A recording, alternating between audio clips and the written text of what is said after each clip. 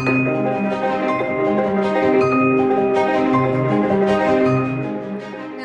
and welcome. This is my podcast, I Do What I Want. I am your host, Hollis, and I am going to make this one super short because I am super tired. And even though I was meant to post this earlier today, it's technically Monday morning, but whatever. Here it is. I'm doing it. This episode is going to focus on an overview of what I'm doing for the next few years in writing. As many of you know who actually listen to my podcast, thank you so much for doing that. I have 2 fantasy series that I am working on, one of which is the Rashan series, of which To Save a World is the first book in the series. The Queen Witch, which I recently released in April, is the second book, and I will be talking about the upcoming books through 2026 for that series, as well as what I am calling the Chronicles of the Last Beacon series, Spare the Swallow. The historical fantasy I released in October of 2022 is the origin story for the main character of that series, and I have my plans through 2026 to have those books released as well. So I'm trying. Trying really hard to keep it going, keep you in reading materials, and hoping to, make this the full-time career situation. So help me, please. I'd appreciate it. A couple of quick announcements. The Drinking with Authors podcast that I was a guest on, that should be coming out in June. I will have to double check with Erica, who is one of the hosts of that podcast, and just see what the exact date is. But I believe they said early June was when my episodes will be released. So hooray! Keep an eye out for that. And also, I actually did some voice work as Gunnery Sergeant Chancworth in the Smokepit Fairy Tales series. Author Trip is fantastic. It's a wonderful sci-fi series, a sci-fi war series. So, if you're not into violence, this might be difficult for you. Trip is a war veteran who did a couple, I don't know exactly how many. I know he mentions on his channel. I'll tag it below in the description, but check it out. He's posting the audiobook chapters. I think the first few chapters are already posted, and once it gets in a little deeper, I am the voice of Chancworth, who is not the nicest of people, but it was fun. I liked being stern and kind of angry, so that was fun for me. But check that out. The other thing that I've been talking about is To Save a World. I am re-releasing it. I will have it. I'm planning on it by the end of this week. I've gone through the editing. I've done, and really all I have to do now is finish the page layouts. So I got this. It's going to happen. It's coming out in May, come hell or high water, frankly. Just, as you know, if you've been listening or following my social media, I'm tired. So there's a lot going on for me, and I'm tired, so that's okay. We all get that way sometimes, but I will get it out in May as promised. It's just going to be, really late, but it will be end of week, Memorial Day release. So that will be fun. I'm very excited. Jumping right in, talking about, the Rashan series first is what I have in my notes, so that's what we're going to do. Rashan series, so obviously the first and second books are already released. The second edition of To Save a World, which will be available for purchase by the end of this week, making promises to myself here, we're going to do it. That is the first book, and then the second book, The Queen Witch, which I'm numbering the spines, so hooray. Those will all be out. Those are both out, so you have a couple of things to chew on for this year. But I am hoping to just make this a continuous series, and I do have it mapped out. So the next book in the Rashan series, which I am calling for now A Tear in the World, It's going to be a little bit more Aram focused with the characters, which for those of you who have read the book, Aram is definitely a fan favorite among my readers, which I totally understand and appreciate. And so the other characters will also be present, but it will definitely be a much more Aram-focused story, something where he kind of goes off and does a little bit more on his own. Jocelyn will be a bigger part of it. Obviously, they come in a pair most of the time, but he will have a lot, and you'll get to explore some other places in the world of Rashan that you never got to explore before. Get to learn some new mythologies. I'm going to throw some paranormal things in there, which I'm actually very excited about. Yeah, it's going to be cool. But that one, I've got it outlined, and I'm going to have that set for release in 2024. So that's next year. Also, I'm hoping late 2024, I will be writing the fourth book in the Rashan series, which might just be a novella. Or a novella, however you want to pronounce that. That one will be a little bit shorter because it will focus on the backstory of the main big bad from To Save a World, Kavan. He was, I don't want to, give you any spoilers, but for those of you who read it, you know who he is. And those of you who haven't, he's the big bad villain. He's the baddest baddie. And he's very, very powerful and that sort of thing. And I've had a few people tell me that they're really interested to know more about the backstory of this person and how he came to be the sociopathic personality that he is. He's really not he really just is well, he's a sociopath. So I will call that Lack of Empathy is the working title, which for those of you who know anything about psychology or anything, that is lack of empathy is one of the characteristics of a sociopath or a psychopath, and that's how I will be writing him.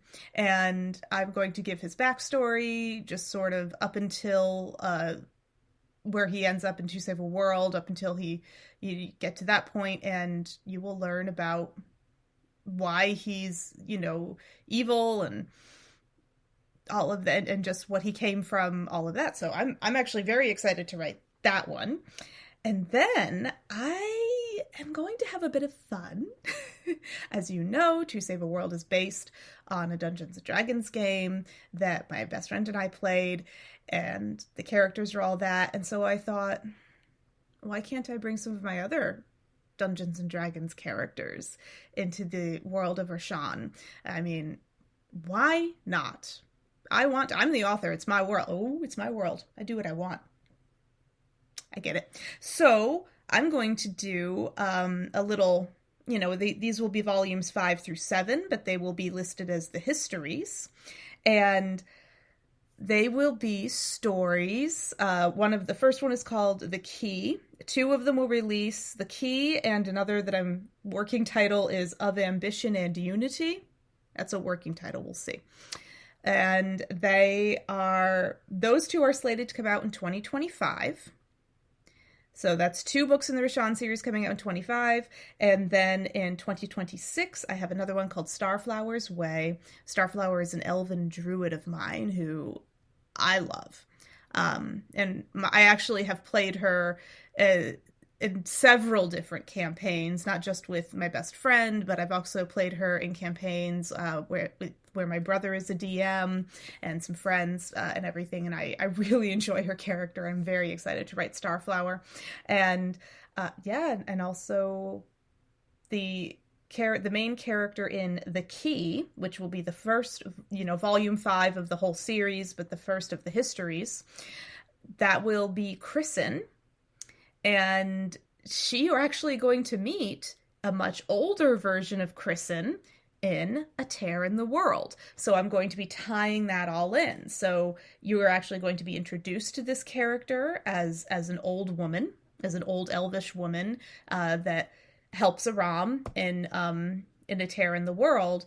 And then in volume 5, the histories, Kristen, you get to find out what happened to her when she was young, and how she came to feel a certain way. And I got a whole plan of a conversation she's going to have with Aram and talk about her, don't make the same mistakes I did sort of thing. Very cryptic, but she is, she's very cool. And she's kind of she's, essentially like a gypsy woman, but the fantasized version of gypsies, not the true, like, real life Romani version that we see out in the world, but the like Esmeralda from The Hunchback of Notre Dame, sort of persona, more so, definitely much more of the fantasy of a gypsy as opposed to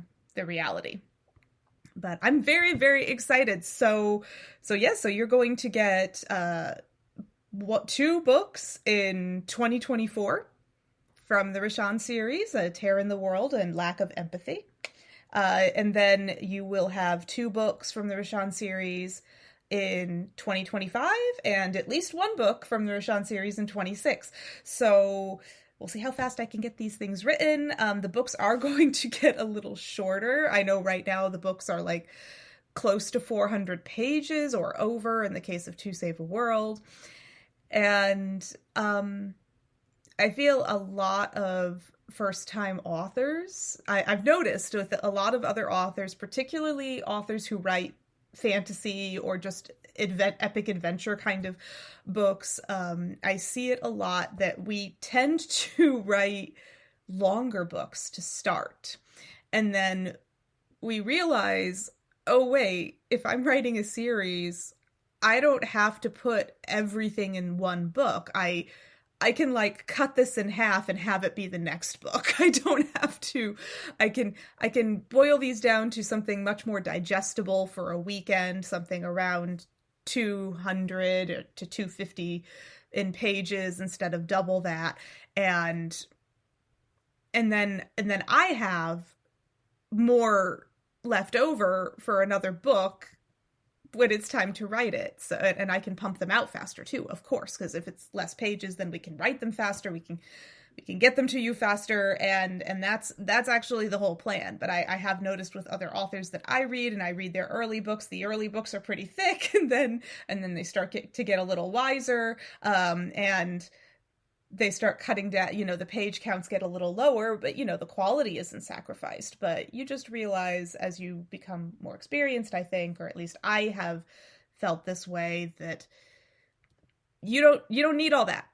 you don't need to make it quite as long. You can chill out a little bit. And I am looking forward to getting things written a little more quickly. So I'm really looking forward to sharing different parts of the world of Rashan with you, because I really did build this whole world where the character, Ethne and Darian and Aram and Yosla and Tim and Jeev, like you haven't heard about a lot of what they, all you see is the world through their eyes, but the world is very diverse. And there is so much that I planned into the world building of Rashan that hasn't made it to any of the books thus far. And yes, for those of you who are big fans of the character Jeev, that a lot of people pronounce it Giev because it's spelled Giev, but it's like the proper pronunciation of the city Kyiv in the Ukraine. It's not Kiev, it's Kyiv. That's how I spell Jeev, because I'm special. I don't know why I did that, but that's how I chose to spell it. That's how I was hearing it and seeing it in my brain. So ta-da, I'm the author. That's what we do sometimes. So the character Jeev, he actually, you know him in To Save a World and The Queen Witch quite well, but I also am planning to write possibly for another book in 2026 for the Rashan series, later 2026, talking more about Jeev's life as a traveling shaman before he met the characters and his personal experiences there. So that's something that I'm really excited to share with everyone. And I hope you're really excited to read it. But the other book series that I have, which is a historical fantasy, once again, sorry, I have an itch for those of you watching the video. The historical fantasy, which Spare the Swallow is, if you read the introduction, you'll know immediately I'm obsessed with the ancient Etruscans of Italy, and I based the fantasy race of Docfens very strongly on ancient Etruscan culture. Obviously, I take some creative liberties and have a lot of fun, but I write them a lot of the cultural traditions, what they eat, how they dress, what they look like, so on and so on and so forth. That's all very Etruscan. And they're really fun, and it's very much a historical fantasy in that I blend a lot of ancient history into that book. And again, it's nothing. There are a lot of Easter eggs in there. If you know your history of that particular time period, you will notice a lot. You'll go, oh, I see. And it's fun for me because my degree is in world history, a specialization in ancient cultures, the Etruscans, of course. So I love to do that. And continuing with that theme, not entirely accurate for all you other historians out there. Obviously, it's historical fantasy. I take liberties to suit my plots. I never claim it to be accurate, but I do claim to have the Easter eggs. That series continues on in the same context where in the main character, Lucretia, she continues on. I'm not going to spoil Spare the Swallow for you, but she does continue on in a lot of things of what I am going to call the Chronicles of the Lost Beacon. And in Spare the Swallow, she is the beacon, as the gods call her the beacon, or have designated her as such, and you will understand why. Go read the book, then you'll know. You'll know what's up, and you'll understand why that origin story gives birth to this entire series. And again, no spoilers, but the main character, Lucretia, goes through a tremendous amount of loss, probably the biggest loss you can suffer or comprehend.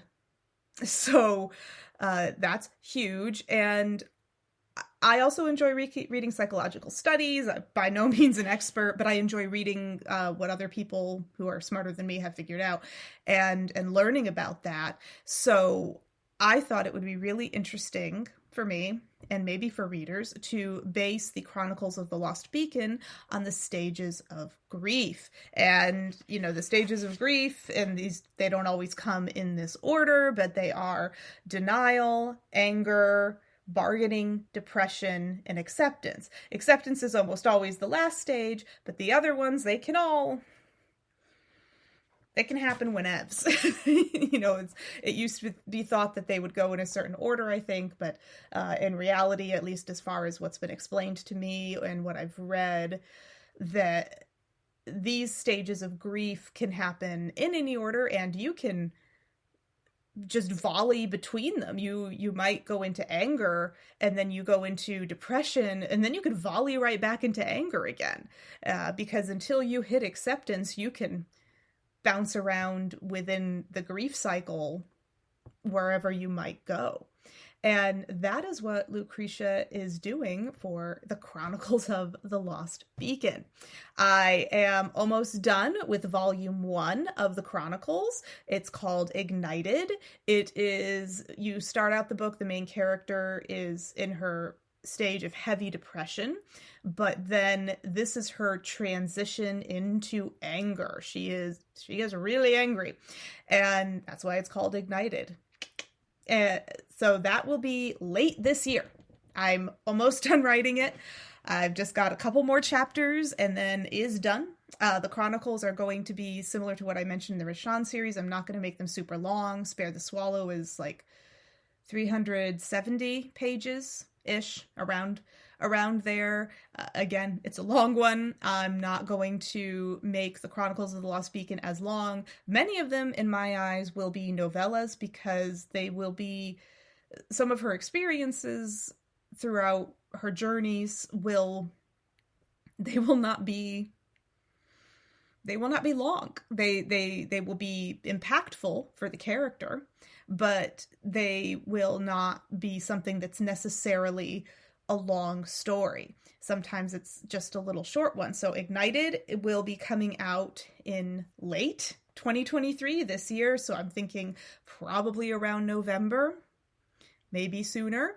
And then after that, I'm going to volume 2 is going to be called Rampage. And this is the main character being in a state of anger. And again, these will all be historical fantasy. So, I mean, there's a lot of magic involved. There are different races and, like races as far as elves and dwarves and things like that are concerned. And Dockfen's the race that I made up, of which Lucretia is one. She is a Dockfen. They become kind of a lost race. And of course, there are humans on the planet as well. But Rampage will be her in the heat of her anger, and she basically is joining up with any army, wherever she can fight, and she's fighting it. I will continue to have all of the history Easter eggs in there. Again, not entirely accurate. It's fantasy. But it's fun, and for those of you who enjoy history, you'll be able to point and be like, oh, I know that name. Oh, I see what she's doing here. And I like to look up a lot of things like the ancient terms that were used for the countries and things. We don't call them that anymore today, but what the ancient peoples called their own country way back when, that's what I'm calling them in the book. So if you know some deep dive stuff, if you have a particular interest in certain things, Ignited is taking place in ancient Britain. So that's fun, but I'm not calling it Britain. I'm calling it Prydean, because that's what at least the Catavulani tribe called the island of the main island of the British Isles that we know of today as, England and Scotland, essentially, or England, Scotland, and Wales, essentially. So, but they didn't call it that. The ancient Catavulani didn't, which is really cool. So there's one little Easter egg for you if you didn't know. And yes, I did have to look that up, and I had a lot of fun researching it. And then Rampage will take place across many different places in the old world, because she will be on the move all the time. She'll be moving with armies. She will be going where the wars are. She will be fighting. It will be a pretty violent one, and it will probably be one of the shorter ones. That will come out in 2024, probably early 2025. I'm going to release volume 3 of the Chronicles, which is something I am calling Epiphany of Hurt. And this will be her transition out of anger into bargaining. The stage of bargaining in the grief stages, because she will realize that she's been doing, even though she has in her mind been fighting for just causes and on, she has this epiphany of, oh my God, what have I been doing all this time? I have just been on a spree, and it's not healthy and it's not good. And she moves on into the bargaining stage, which, I'm going to have some fun with and figure out and delve into that. I'm doing a lot of psychological research for the Chronicles of the Lost Beacon, which I'm enjoying very much.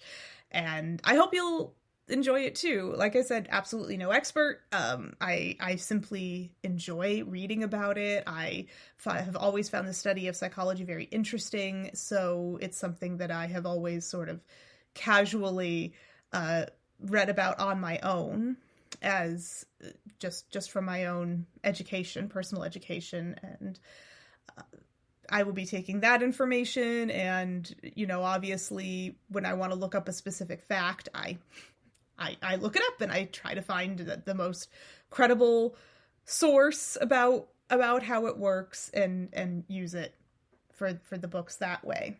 And then after that, in I think volumes 4 and 5.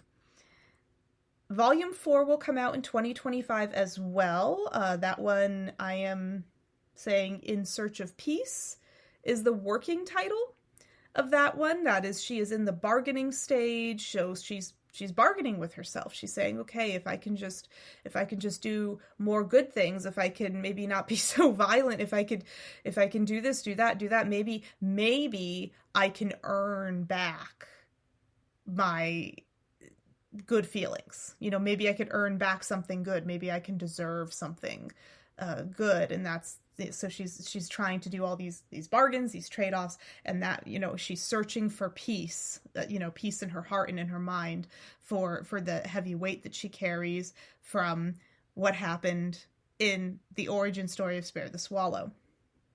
There will be a volume 5, which I will probably release in 2026. That will likely be a denial stage. I will likely be doing that. And I would say for this series, she will jump around a lot in her, she will do the thing that I mentioned people tend to do, or at least I've read people tend to do, which is to volley between all the different stages. And of course, it's going to take her a very long time to get to acceptance. And I don't have a working title for volume 5 yet, but that again will be probably 2026, but I'm really looking forward to writing this. I think I'm going to learn a lot because I'm going to have to research a lot of psychology and a lot of history, which excites me. And so I'm going to learn a lot of things that I find extremely enriching and interesting. So I'm very pleased about that. And I can't wait to write both of these series. The Rashawn series, obviously, I do some research for those here and there, but since it is pure fantasy in a totally different world, I could do what I want. I could just make something up. It doesn't matter. I could have, you know, mountain ranges just be somewhere. It's fine. I could do what I could do. It's a more free form when it comes to writing the story, and throw some magic around, and you know, that's what fantasy writers do. we say, yeah, put some magic on that, and you know, yeah, that's why that happened. Don't worry about it. Yeah, oh, the god said so and so, you know, so they just, that made that happen. Miracle, woohoo! And it's really easy. Well, not easy necessarily, but it's really fun as a creative person that loves to have my mind wander. And with the Chronicles of the Lost Beacon, it's also extremely exciting to write, but in a different way, because since this is historical fantasy, and while it's not entirely accurate, I am, for my own enjoyment, putting a lot of historical Easter eggs in there and things like that, and doing kind of the psychological bend on it as well. I'm getting to do a lot of research and learning that I personally enjoy very much, and frankly, it also making the historical fantasy and basing it on actual events, and events that, by the way, I'm not going to choose events that are super well known for the most part. I am choosing events that were impactful probably at the time, but we don't really hear about in history class anymore. And that's something that I will find fun. So yeah, it's going to be a lot of fun. So if you enjoy history, if you just enjoy doing that, but those things, they also kind of write the outline for me in a lot of ways, and all I have to decide is how my characters behave and react within those situations, which is great. It makes my outlines easier, and it's less prep, because all I have to, well, actually it's still just as much prep, because whatever doesn't come into just conceiving out of spontaneously would then go into research. But you know, it's It's great. They're two very different series. Of course, it's all fantasy because that's what I write. I love reading everything, but that's what I write. And I'm very, very excited to share it with all of you. So I hope you're excited to read them. As you all know, if you listen to the podcast or, follow me at all or generally pay attention to the words that I say, I would love to be a full-time author. I would love to not need my day job. I love my day job, and I might not ever leave it, but I would love to not need it. And I would love to have my life be something that I can just, if I wanted to take a long vacation, but I just write on my vacation, that would be splendid. Just have, isn't it the life that we all dream of, is just to be our own boss and do whatever best suits our personal lifestyle. I don't know. Maybe I'm wrong about that. That's how I feel anyway. So I'm working on it. I'm planning ahead. I've got 3 years into the future planned out, and I'm going to stick to my guns. And things might come a little later in the month sometimes, but I'm going to work really hard on getting these books out and becoming prolific enough to make sure you all have enough reading material. I hope that entices you to make you happy. Once again, check out The Queen Witch, To Save a World is available on Amazon, barnesandnoble.com. The Queen Witch is available all those places. Basically just type in either of the book titles with my name, Hollis Jo McCullum. You'll find it. Spare the Swallow, same deal. You will find them. Online retailers, of course, are where they're most abundantly available, but all you have to do if you would like to order that book is you can get the ISBN number from online or just the title and, of course, my name. You have those things. Go to a bookstore. Order it from your local bookstore, because independent bookstores, they can order all the same books that the big guys can. They really can. They can order whatever, and you help support small business. So that's really nice. They literally, they all order from the same thing called the Ingram List. Everybody in the world orders from the same place, and they all have access to it. So yeah, if you want to go into the independent store and say, would you please order me a copy of this, then it might take a couple of days longer than Amazon Prime, but I think that kind of thing is worth the wait. Sometimes it's fun to actually anticipate things like we used to back in the day. I feel like people, especially younger people who don't remember having to wait for things to come in the mail for weeks on end sometimes. And I know that a lot of stuff you still have to wait for, but we used to need a lot more patience. And I think that the anticipation is actually quite exciting when you're looking forward to something, and it almost can make you enjoy reading it more. So just a thought. I'm not sure. Anyway, thank you so much for listening. I hope that this has been kept abbreviated enough for you. I have certainly enjoyed talking about my upcoming projects, and don't forget to check out me on Drinking with Authors coming up. Just go check out Drinking with Authors, the podcast, and see what they say in their announcements for upcoming episodes, that sort of thing. And as soon as I know the exact date, I will be sure to say so. And also check out Trip, the Smokepit Fairy Tales series. He will be writing the final book in that series, by the way, or releasing it soon. I think he is writing it or has even finished it, but he'll be releasing it pretty soon to my understanding. And I think there are 10 or 11 books in the entire series. I have not read them all. I've read the first 3. They're great. I'm really into it, but of course I have a lot of other books that I want to read and write, so I'm a slow going, but I'm definitely going to finish that entire series. It is exciting. There are a lot of twists. It's yeah, if you love sci-fi, especially if you love kind of gritty war story sci-fi, strongly recommend the Smokepit Fairy Tales series. The first book is just called Smokepit Fairy Tales. The author is Tripp, Tripp, double P.